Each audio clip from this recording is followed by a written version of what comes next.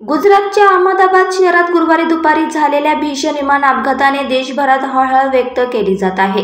अहमदाबादहून लंडनकडे उड्डाण केलेले एअर इंडियाचे विमान टेक ऑफ नंतर अवघ्या काही क्षणात कोसळले। या अपघातात विमानातील क्रू मेंबर्स आणि प्रवाशांसह अनेक नागरिकांचा बळी गेला। या दुर्दैवी घटनेत पिंपरी चिंचवडच्या संत तुकाराम नगरमधील 22 वर्षीय तरुण क्रू मेंबर इरफान शेख याचाही दुर्दैवी मृत्यू झाला आहे। पिंपरी चिंचवडमधील संत तुकाराम नगर येथील इरफान शेख गेल्या 2 वर्षांपासून एअर इंडियामध्ये क्रू मेंबर म्हणून कार्यरत आहे। डोमेस्टिक नंतर आंतरराष्ट्रीय उड्डाणावरही तो सेवा देत असे। त्याचे मूळ गाव साताऱ्यातील मेढा असले तरी त्याचे कुटुंब गेल्या 50 वर्षांपासून पिंपरीमध्ये स्थायी आहे। त्याचे आजी आजोबा, आई वडील आणि भाऊ असे मोठे कुटुंब आहे।